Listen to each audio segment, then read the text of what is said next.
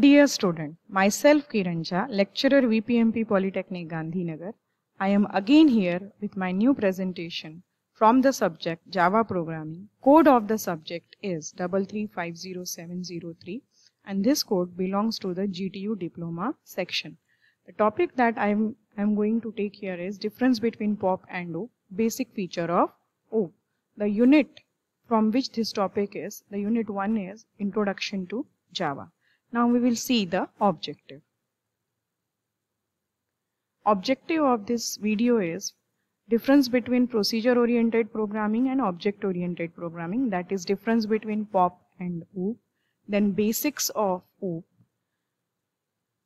1.7 we will see in my next consecutive video how to compile and run a simple hello world program.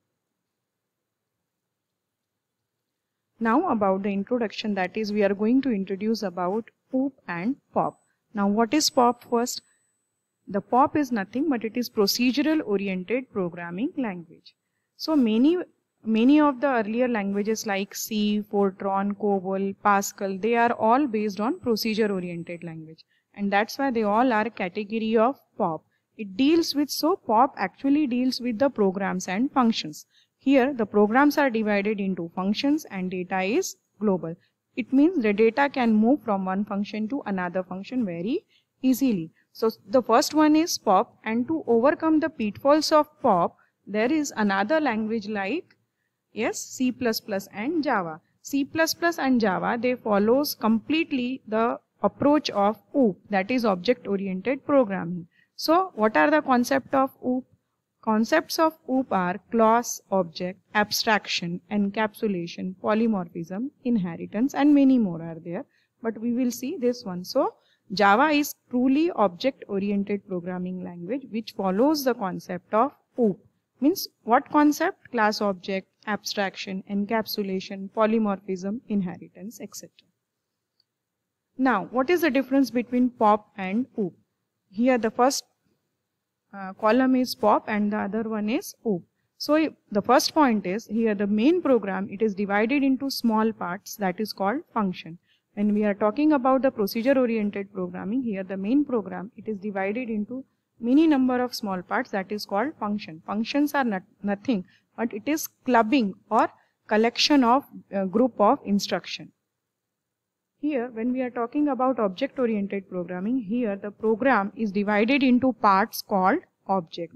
So the basic difference is, in when we are talking about POP, the program is divided into functions and subfunction, and when we are talking about OOP, the program is divided into small parts, that is called object. Second, importance is not given to data but to functions as well as sequence of actions to be done. So when we are talking about the POP, that is procedure oriented programming language, here the importance is not given to data, but here the importance is given to procedures or functions as well as the sequence of actions like inputting, calculating and outputting. But when we are talking about OOP, the importance is given to the data irrespective of functions. Here the importance is given to data. Please remind, here the importance is given to data in OOP, and when we are talking about POP, here the importance is given to functions or procedure. So here when we are talking about OOP, importance is given to the data rather than procedures or functions, because it works as a real world. Because here when we are working with object oriented programming in C language, we are actually working with the real time environment. So third point from the POP is, POP follows top down approach. As I mentioned, here the main program approach is from top to bottom. It means main program is divided into number of sub-functions. When we are talking about object oriented programming, just now I said here the critical element is data. So everything is based upon data, and from bottom to top it follows the approach. Next point is, POP does not have any access specifier. Access specifier is not there in procedure oriented programming languages when we are talking about C, Fortran, Pascal, COBOL. But when we are talking about OOP, they are having access specifier, and the name is public, private and protected, that we will see later. In POP, data can move freely from function to function in the system. As I said, key procedure oriented programming, here the sensitivity of data is not there. So any data can move from one function to another function. So it becomes very difficult for the program from where the data has been come. So, but when we are talking about object-oriented programming, in OOP, objects can move and communicate with each other through member function. Here data directly cannot move from one function to another. So, in what happens in OOP here, when we are talking about the data, objects can move and communicate with each other through member function. Here the objects are moving and communicating with each other through member function. But here what happens, data can be easily moving from one function to another function without any obstacle. But here it is not possible. So sixth is, to add new data and function POP is not so easy. So you cannot update very easily in case of POP, but it is very easy in OOP. You can add new data and function. When we are talking about the seventh feature in POP, most function uses global data for sharing that can be accessed freely from function to function in the system. So most of the function they are using global variable data, and it shares from one function to another function very easily. And that's why I said there is safety as well as security is very less there, as data can move very easily from one function to another. That you cannot get in OOP.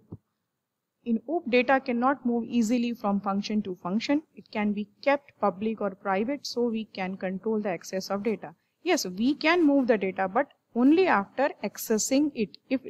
If we will give the permission, then only it becomes possible for us to access the data. But in POP, it moves very easily. So the eighth point is, POP does not have any proper way for hiding data, so it is less secure. So it is less secure because we are not having data hiding feature, but OOP is having the data hiding, so provides more security. Ninth point, in POP, overloading is not possible. Overloading we will see in Java language in our next topic, means coming topic. But when we are talking about OOP, overloading is possible in the form of function overloading and operator overloading that we will see later.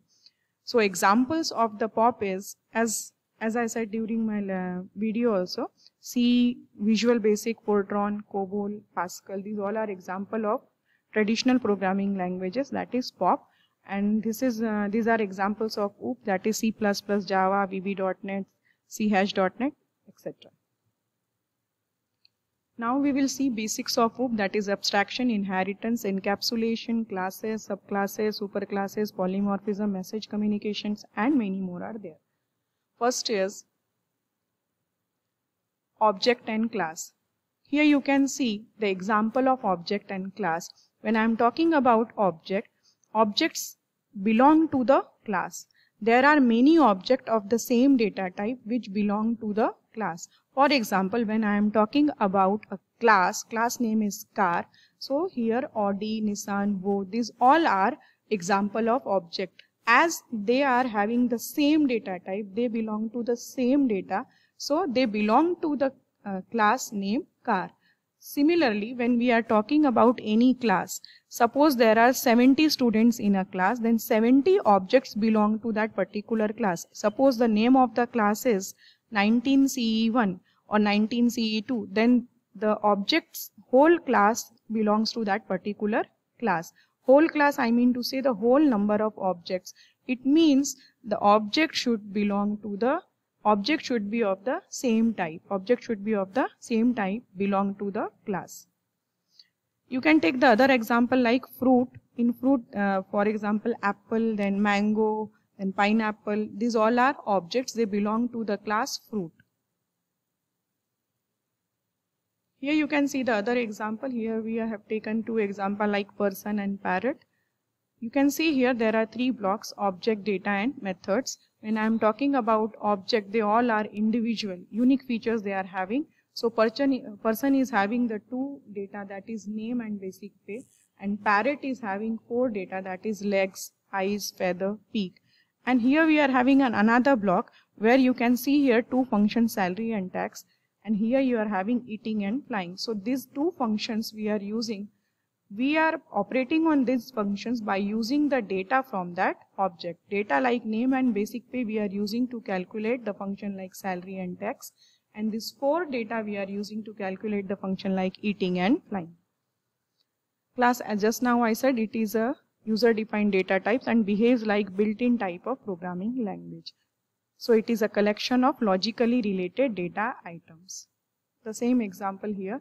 Data abstraction is nothing but it acts as representing essential features without including background details or explanation. So similarly, you can take one example. Abstraction, it means only the essential feature. We are not talking about the background detail. Until and unless there is any role of the background details, we are not focusing on that.